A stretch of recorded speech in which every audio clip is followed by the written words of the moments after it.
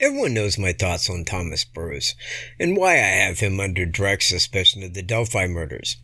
But I have added in a couple of those videos that I also have him under heavy suspicion of the Evansdale, Iowa murders. Here's what I've looked at and found that clued me in somewhat. I know factually that Thomas Bruce has a brother living in Fort Wayne, Indiana, and I also know as well factually that Thomas Bruce, on or around the date of February 13, 2017, was having major issues with his finances, as he had just 1 month prior filed bankruptcy. His co-worker told the news that he had resigned from his job at that time a short time after filing bankruptcy. This would have been right before February 13th of 2017, leaving Thomas short on cash, his home, and one of his vehicles at the time. To me, this would have been a time for him to travel to see family members, namely his brother living in Fort Wayne, for reasons of money, housing, or a job. I entered his current native city into Google Maps, Imperial, Missouri, but St. Louis could as well be used as the starting point, because he lived in St. Louis, but at the time of the murders, it was not at the Imperial address. With directions to the city of Fort Wayne, Indiana, I was given two different directions. One was the I-70 interstate route, and the other was the Hoosier Heartland route, being 17 miles longer than the I-70 route. Provided he had taken the Hoosier Heartland route in the past, this very well may have been the direction he followed to get to his brother's house. And, at being close to the midway point, Monon High Bridge Trail may have been his customary stopping point to stretch his legs, get fresh air, and so forth. This may be exactly why he knew the trails as well as he did, and I had stated.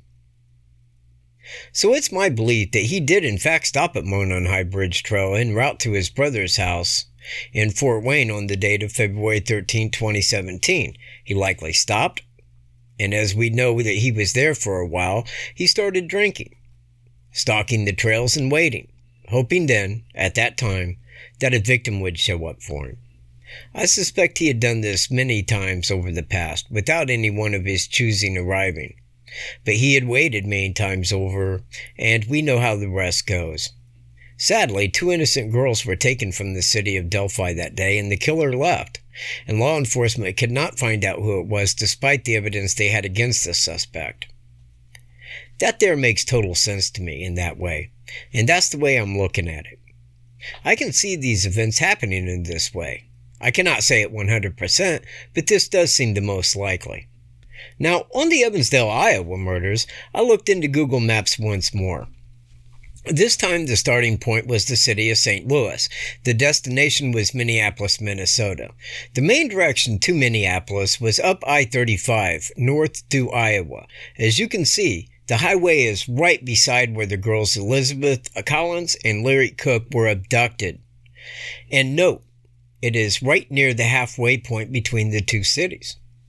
It's my suspicion that on the date of Friday, July 13, 2012, Thomas was inbound toward Minneapolis or a city right around that area. He stopped at about the midway point, on state grounds. I want to point that out. To rest, get fresh air, and wait. I then believe, as I do now, that he started to drink, as I feel he has a drinking problem. And the drink gives him the courage to commit brazen homicidal acts, where he abducts, kills, and walks away without being known. People in the Evansdale area at Myers Lake had said that the day that it happened, there was an old clunky type Bronco. Now, this was in 2012, so that would make it much earlier than now, but that vehicle was sitting there through a large part of the day. Smart Money says that vehicle belonged to Thomas Bruce at the time. Law enforcement has stated that the two crimes share similarities, and that they could neither fully say that the same person was or was not involved, but they didn't feel that the same person was involved. And it's fantastic they said it in that way, because they would have been wrong if they had said it any differently. It is the same man. Both crimes were committed by the same Thomas Bruce. But you know what's really, really weird about the two crimes sharing the same suspect? Is why. Why Friday the 13th? Why were the two crimes committed on the 13th? Why are the dates reversible? Why two sets of girls and two separate crimes? And why would a Christian pastor do anything like this? These and other great questions will be answered in my very next video. Peace.